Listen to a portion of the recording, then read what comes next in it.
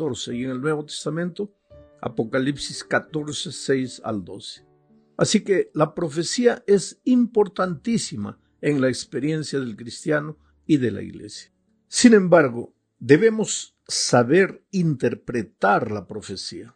Los cristianos han utilizado diferentes métodos para interpretar las profecías de Daniel y Apocalipsis especialmente. Los adventistas usamos el método llamado historicista. De acuerdo con este método de interpretar profecías, las profecías abarcan un amplio periodo de la historia del pueblo de Dios desde el tiempo del profeta hasta el establecimiento del reino de Dios sobre la tierra. Esta metodología la dio el mismo ángel a Daniel cuando llegó para ayudarle a entender la profecía de Daniel 7. Observa lo que dice Daniel 7, 15 al 18. Se me turbó el espíritu a mí, Daniel, en medio de mi cuerpo, y las visiones de mi cabeza me asombraron. Me acerqué a uno de los que asistían, es el ángel, y le pregunté la verdad acerca de todo esto. Y me habló, quien habló fue el ángel, ¿no es cierto? Y me hizo conocer la interpretación de las cosas. Estas 4 grandes bestias, porque el tema de la profecía de Daniel 7 son las bestias, estas 4 grandes bestias son 4 reyes que se levantarán en la tierra. Después recibirán el reino los santos del Altísimo y poseerán el reino hasta el siglo eternamente y para siempre. Aquí puedes ver que la profecía se refiere a eventos que cubren el periodo histórico desde el imperio babilónico hasta el tiempo del fin. Esta manera de interpretar la profecía fue confirmada por Jesús, cuando él indicó que la última parte de la profecía del capítulo 9 de Daniel se iba a cumplir en la destrucción de Jerusalén. Bueno, de acuerdo al método historicista de interpretación profética, el libro de Daniel provee la aplicación histórica de los símbolos. El ángel le dijo a Daniel que surgirían 4 reinos sobre la tierra y que el 5º sería el reino de Dios. El ángel identificó por nombre a 3 de los reinos históricos: Babilonia, Medo-Persia y Grecia. El 4º reino no es identificado, pero se da una descripción detallada de su naturaleza y de sus acciones en los capítulos 7, 19 al 26. Entonces Jesús dio a entender que este 4º reino era Roma. En Mateo 24, 15 y 16, Jesús dijo: por tanto, cuando veáis en el lugar santo la abominación desoladora de que habló el profeta Daniel, y se estaba refiriendo a Daniel 9, el que cree o el que lee, entienda. Entonces, los que estén en Judea, huyan a los montes. En otras palabras, Jesús vivió en los días del Imperio Romano. Por lo tanto, se estaba refiriendo pues a Roma. Por eso, mientras como iglesia sigamos el bosquejo bíblico de la historia, estaremos siempre pisando terreno seguro y firme. Ahora, es necesario decir que muchos otros símbolos presentados en la profecía no fueron interpretados por el ángel. Por ejemplo, los 10 cuernos, el cuerno pequeño, las otras 2 bestias de Apocalipsis 13, Babilonia, etc. Entonces, ¿cómo debemos identificar el cumplimiento profético de esos símbolos? Eso veremos un poco más adelante en este mismo estudio. Pero vamos ahora a la segunda parte. En la segunda parte, veamos el principio de día por año. Este principio de interpretación profética del método historicista es interesante. En profecía, un día vale un año en la realidad. Muchos eruditos a lo largo de los siglos aplicaron este principio a las profecías de tiempo que se encuentran en Daniel y en Apocalipsis. Ellos extrajeron el principio de la interpretación año por día o día por año de varios textos claves y del contexto inmediato de las profecías mismas. Por ejemplo, Números 14:34 dice: conforme al número de los días de los 40 días en que reconocisteis la tierra, llevaréis vuestras iniquidades 40 años, un año por cada día, y conoceréis mi castigo. En este texto encontramos el principio del año. 40 días simbolizaban 40 años de la realidad. Otro texto es Ezequiel capítulo 4 versículo 6. Aquí se confirma este principio. Cumplidos estos, te acostarás sobre tu lado derecho segunda vez y llevarás la maldad de la casa de Judá 40 días, día por año te lo he dado.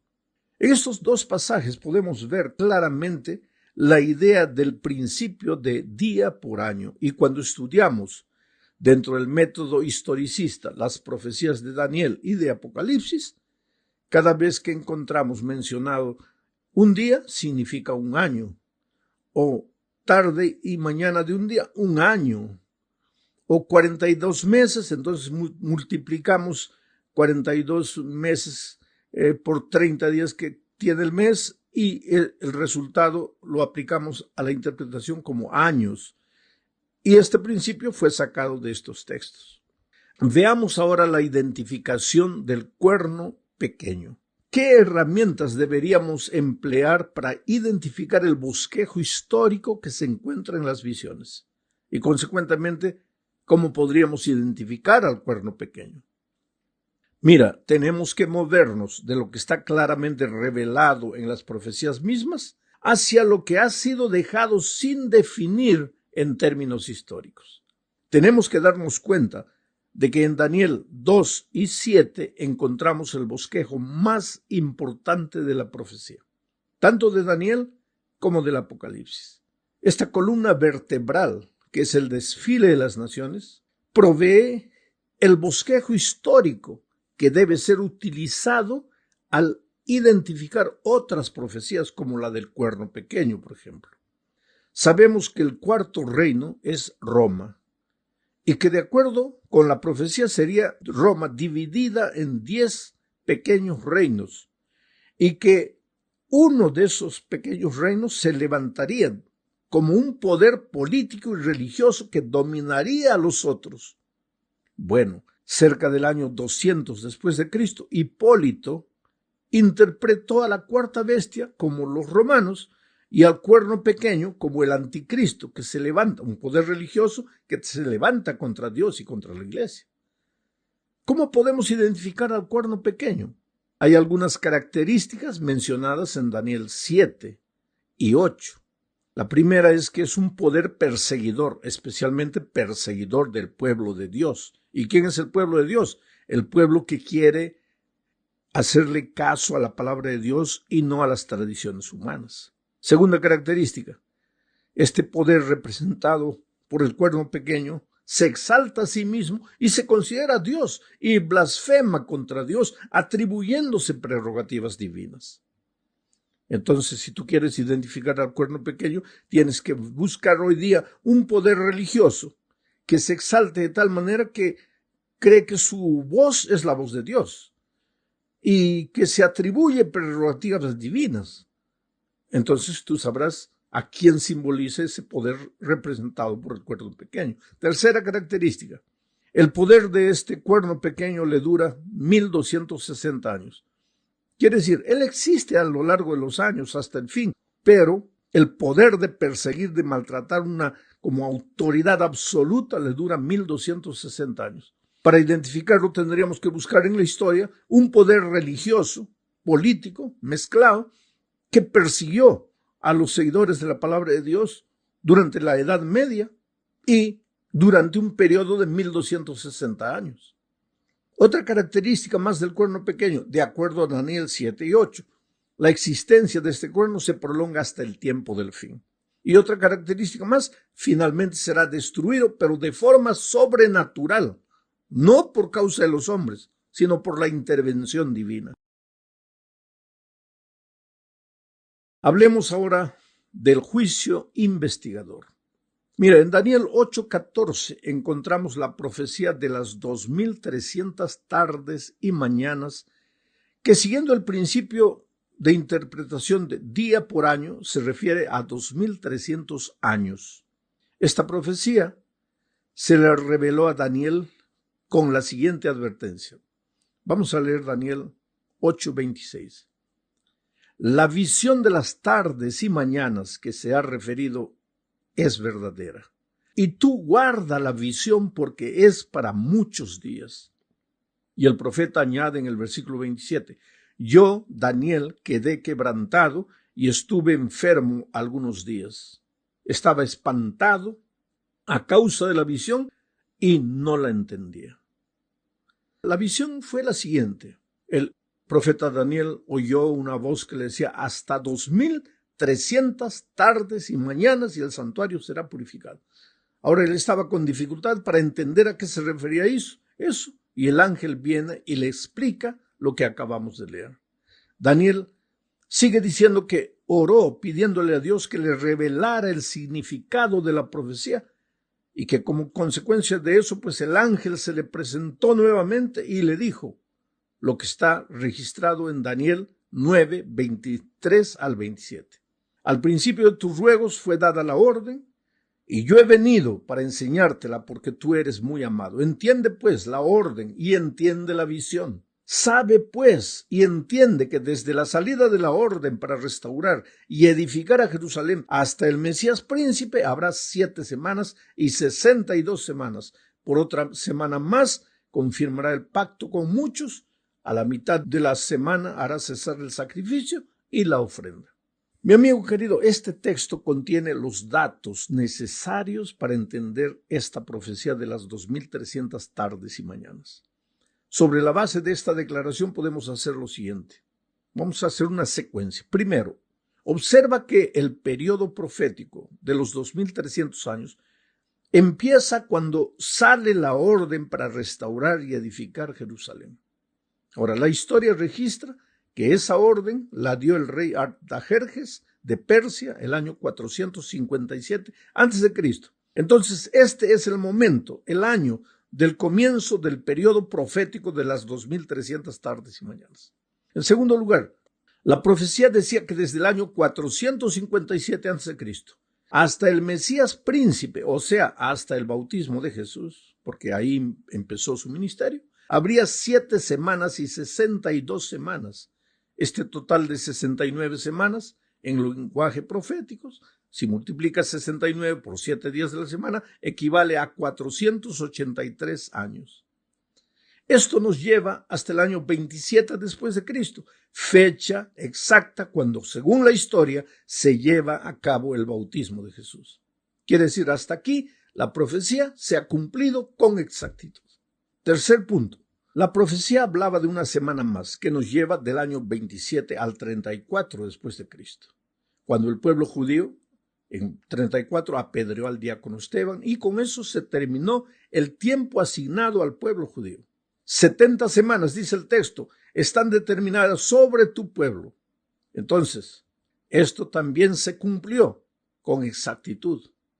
Punto 4. La profecía afirmaba que a la mitad de esta última semana, del 27 al 34, y justamente la mitad es el año 31 después de Cristo. En ese tiempo, decía la profecía, hará cesar el sacrificio y la ofrenda. En otras palabras, al morir Jesús ya no serían necesarios los sacrificios de animales que Israel llevaba a cabo. La historia registra que exactamente en el año 31 después de Cristo, Jesús murió. Y puedes ver una vez más que la profecía se cumplió de manera extraordinaria. Quinto punto. Hasta este punto, todo se cumplió como estaba previsto. La profecía se le dio a Daniel en torno del año 607 a.C. y siglos después todo se cumplió al pie de la letra. Ahora, por favor, sigue mi línea de raciocinio. Si después de las 70 semanas continuamos computando el tiempo, concluiremos que el periodo de los 2300 años termina exactamente el año 1844. Quiere decir que en este año, de acuerdo con la profecía, se purificaría el santuario celestial. Es decir, comenzaría el gran juicio de la raza humana. Esto es algo sorprendente y de solemne significado. La humanidad hoy no pueden vivir sin saber que el juicio divino ya comenzó. No se trata de algo que va a suceder en el futuro. De acuerdo con la profecía, a partir del año 1844 se comenzó a definir el destino de los hombres y millones de personas en el mundo ignoran esta verdad. Por eso, en Apocalipsis dice que era necesario que se levantara un ángel, Apocalipsis 14, para volar por el medio del cielo. Y este ángel tiene el evangelio eterno para predicarlo a los habitantes de la tierra, a toda nación, tribu, lengua y pueblo, diciendo a gran voz: temed a Dios y dadle gloria, porque la hora de su juicio ha llegado. Observa que el ángel vuela, quiere decir que su mensaje es urgente. El vuelo implica rapidez, no hay tiempo que perder. Observa también que el mensaje se da en alta voz, no se lo puede seguir ignorando por más tiempo. Es necesario que se lo pregonen toda la tierra en beneficio de todos los seres humanos.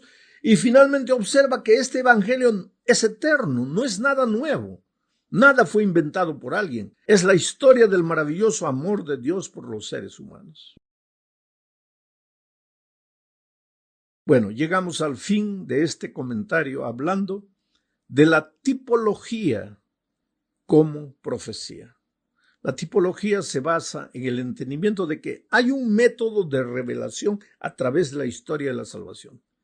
Dios indicó su obra redentora de antemano en el Antiguo Testamento como sombras de lo que iba a suceder. Las leyes ceremoniales del Antiguo Testamento, por ejemplo, demostraban la necesidad de una expiación por los pecados, con el entendimiento de que habría una expiación final y perfecta algún día. En el Antiguo Testamento morían los corderos, pero esos corderos eran el tipo del Cordero de Dios que quitaría el pecado del mundo. El cumplimiento de un tipo se llama antitipo. El tipo sería el Cordero del Antiguo Testamento, el antitipo sería el Señor Jesucristo, Cordero de Dios. La tipología es distinta de la alegoría, no hay que confundir las cosas. La tipología es la relación entre eventos, personas o cosas dentro de la historia de la salvación, mientras que la alegoría es la búsqueda de sentidos secundarios o escondidos debajo del sentido primario y obvio de una narración histórica. La tipología deriva de un entendimiento objetivo de una narración histórica, mientras que una alegoría busca sentidos subjetivos en el texto. Hay que tener mucho cuidado con la tipología aplicada a la profecía. Debe ser estudiada con cuidado y equilibrio. De otro modo, podemos caer en errores fatales de interpretación. Vamos a considerar algunos otros ejemplos. Mateo 12:40 dice literalmente lo siguiente: porque como estuvo Jonás en el vientre del gran pez 3 días y 3 noches, así estará el Hijo del Hombre en el corazón de la tierra 3 días y 3 noches. Ahora, ¿quién hizo esta aplicación? El propio Señor Jesucristo. Él dijo que así como Jonás estuvo 3 días enterrado, él mismo, el Señor Jesús, también estaría 3 días enterrado. Esa es una tipología profética. Fueron como una especie de anuncio profético de los 3 días que Jesús estaría enterrado en el sepulcro. Otro texto, Juan 3, 14 y 15. Y como Moisés levantó la serpiente en el desierto, así es necesario que el Hijo del Hombre sea levantado, para que todo aquel que en él cree no se pierda, mas tenga vida eterna. ¿Quién hizo esta interpretación? El propio Señor Jesucristo. Dijo: Moisés levantó la serpiente, ahora el Hijo de Dios, el Hijo del Hombre, el Señor Jesucristo, es levantado para el perdón de los pecados de la humanidad. Quiere decir, la lección de esta semana trató de ayudarnos a entender la profecía de manera correcta, aplicando el método correcto, el método historicista, que nos muestra cómo un evento va atrás del otro, atrás del otro, atrás del otro, desde el momento en que el profeta recibió la visión hasta el momento en que el Señor Jesús viene a esta tierra. La lección también nos enseñó por qué En interpretación profética de tiempo aplicamos el principio de día por año. Mencionamos ya los textos. Nos mostró cómo, de acuerdo a este principio historicista, podemos descubrir al cuerno pequeño, por ejemplo, que explícitamente no es identificado, pero a través de sus características podemos buscar un poder en nuestros días que tenga el poder descrito por el cuerno pequeño en Daniel. En fin, todo esto sirve para desarrollar